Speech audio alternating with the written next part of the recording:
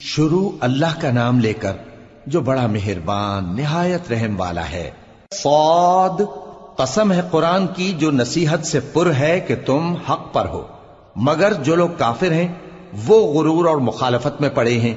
ہم نے ان سے پہلے بہت سی امتوں کو ہلاک کر دیا تو وہ عذاب کے وقت لگے فریاد کرنے، اور وہ چھٹکارے کا وقت نہیں تھا۔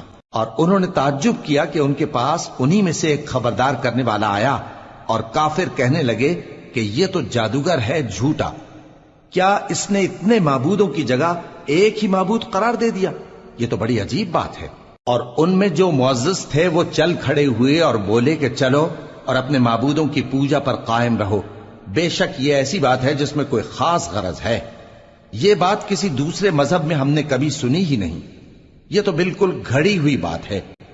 کیا ہم سب میں سے اسی پر نصیحت کی کتاب اتری ہے؟ اصل بات یہ ہے کہ یہ لوگ میری نصیحت کی طرف سے شک میں ہیں، بلکہ انہوں نے ابھی میرے عذاب کا مزہ نہیں چکھا۔ کیا ان کے پاس تمہارے پروردگار کی رحمت کے خزانے ہیں جو غالب ہے، سب کچھ عطا کرنے والا ہے؟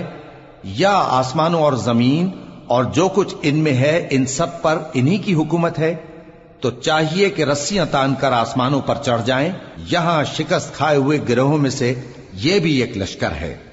ان سے پہلے نوح کی قوم اور عاد اور میخوں والا فرعون بھی جھٹلا چکے ہیں، اور سمود اور لوط کی قوم اور بن کے رہنے والے بھی، یہی وہ شکست خوردہ گروہ ہیں۔ ان سب نے پیغمبروں کو جھٹلایا تو میرا عذاب ان پر آ واقع ہوا، اور یہ لوگ تو صرف ایک زور کی آواز کا جس میں شروع ہونے کے بعد کچھ وقفہ نہیں ہوگا انتظار کرتے ہیں، اور کہتے ہیں کہ اے ہمارے پروردگار، ہم کو ہمارا حصہ جلدی سے حساب کے دن سے پہلے ہی دے دے۔ اے پیغمبر صلی اللہ علیہ وآلہ وسلم، یہ جو کچھ کہتے ہیں اس پر صبر کرو، اور ہمارے بندے داؤد کو یاد کرو جو صاحب قوت تھے، بے شک وہ رجوع کرنے والے تھے۔ ہم نے پہاڑوں کو ان کے زیر فرمان کر دیا تھا کہ صبح و شام ان کے ساتھ تسبیح کرتے تھے، اور پرندوں کو بھی کہ وہ جمع رہتے تھے، ہر ایک ان کے آگے رجوع رہتا تھا۔ اور ہم نے ان کی بادشاہی کو مستحکم کیا اور ان کو حکمت اور فیصلہ کن خطابت عطا فرمائی۔ اور اے نبی صلی اللہ علیہ وآلہ وسلم، کیا تمہارے پاس ان جھگڑنے والوں کی بھی خبر آئی ہے جب وہ دیوار پھاند کر اندر داخل ہوئے؟ جس وقت وہ داؤد کے پاس آئے تو وہ ان سے گھبرا گئے۔ انہوں نے کہا کہ خوف نہ کیجیے، ہم دونوں کا ایک مقدمہ ہے کہ ہم میں سے ایک نے دوسرے پر زیادتی کی ہے، تو آپ ہم میں انصاف سے فیصلہ کر دیجئے اور بے انصافی نہ کیجیے گا، اور ہم کو سیدھا رستہ دکھا دیجئے۔ بات یہ ہے کہ یہ میرا بھائی ہے، اس کے ہاں 99 دمبیاں ہیں اور میرے پاس ایک دمبی ہے۔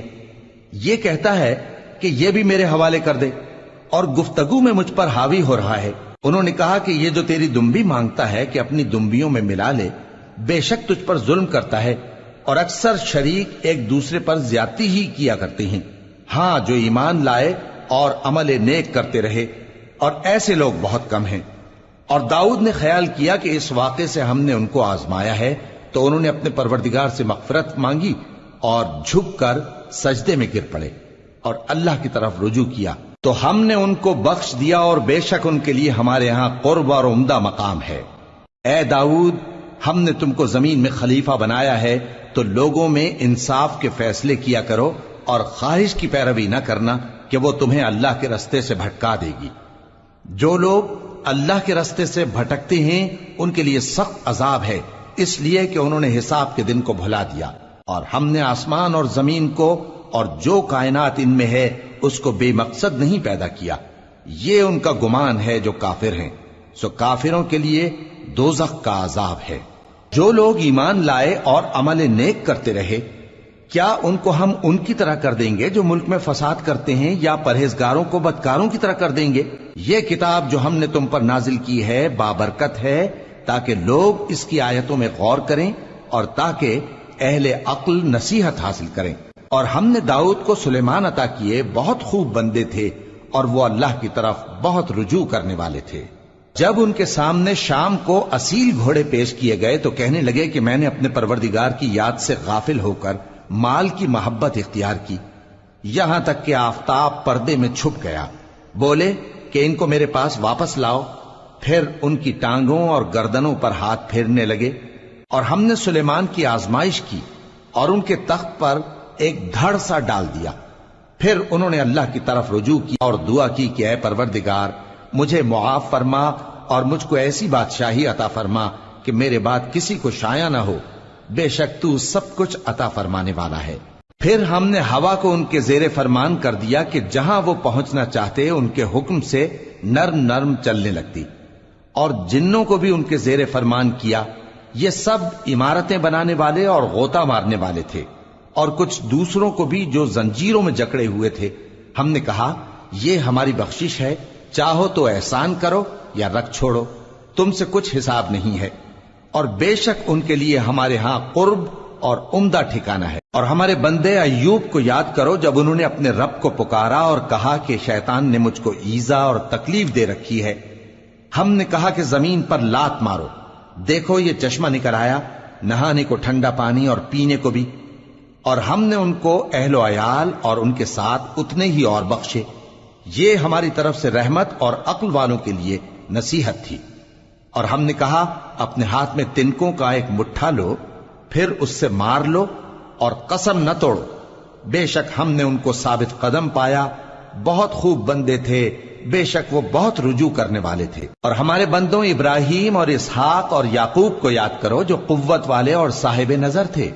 ہم نے ان کو ایک صفت خاص آخرت کے گھر کی یاد سے ممتاز کیا تھا، اور وہ ہمارے نزدیک منتخب اور خوبی والوں میں سے تھے۔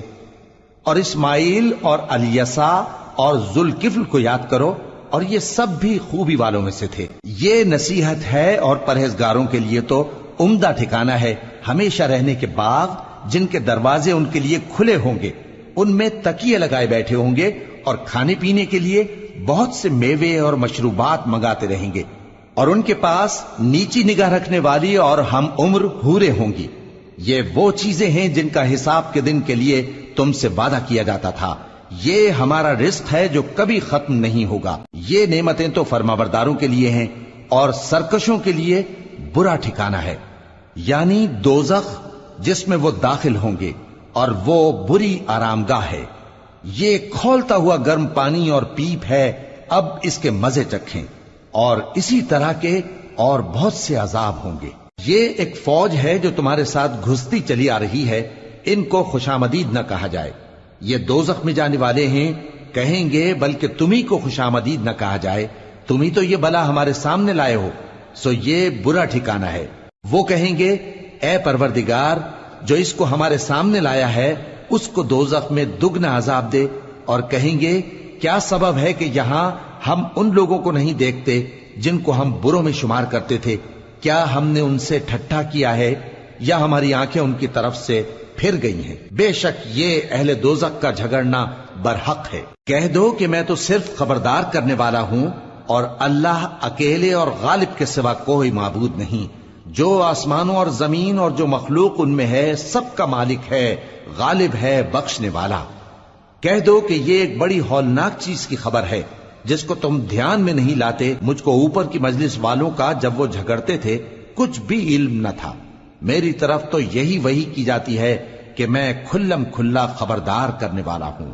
جب تمہارے پروردگار نے فرشتوں سے کہا کہ میں مٹی سے انسان بنانے والا ہوں، جب میں اس کو درست کر لوں اور اس میں اپنی روح پھونک دوں تو اس کے آگے سجدے میں گر پڑنا، سو تمام فرشتوں نے سجدہ کیا مگر ابلیس کہ وہ اکڑ بیٹھا اور کافروں میں ہو گیا۔ اللہ نے فرمایا کہ اے ابلیس، جس شخص کو میں نے اپنے ہاتھوں سے بنایا اس کے آگے سجدہ کرنے سے تجھے کس چیز نے منع کیا؟ کیا تو غرور میں آ گیا یا اونچے درجے والوں میں تھا؟ بولا کہ میں اس سے بہتر ہوں کہ تو نے مجھ کو آگ سے پیدا کیا اور اسے مٹی سے بنایا۔ فرمایا بس یہاں سے نکل جا، تو مردود ہے اور تجھ پر قیامت کے دن تک میری لعنت پڑتی رہے گی۔ کہنے لگا کہ میرے پروردگار، اچھا تو مجھے اس روز تک کہ لوگ اٹھائے جائیں مہلت دے۔ فرمایا کہ تجھ کو مہلت دی جاتی ہے اس روز تک جس کا وقت مقرر ہے۔ کہنے لگا کہ مجھے تیری عزت کی قسم، میں ان سب کو بہکاتا رہوں گا سوائے ان کے جو تیرے چنے ہوئے بندے ہیں۔ فرمایا ٹھیک ہے، اور میں ٹھیک ہی کہتا ہوں کہ میں تجھ سے اور جو ان میں سے تیری پیروی کریں گے سب سے جہنم کو بھر دوں گا۔ اے پیغمبر، کہہ دو کہ میں تم سے اس کا صلہ نہیں مانگتا اور نہ میں بناوٹ کرنے والوں میں ہوں۔ یہ قرآن تو اہل عالم کے لیے نصیحت ہے، اور تم کو اس کا حال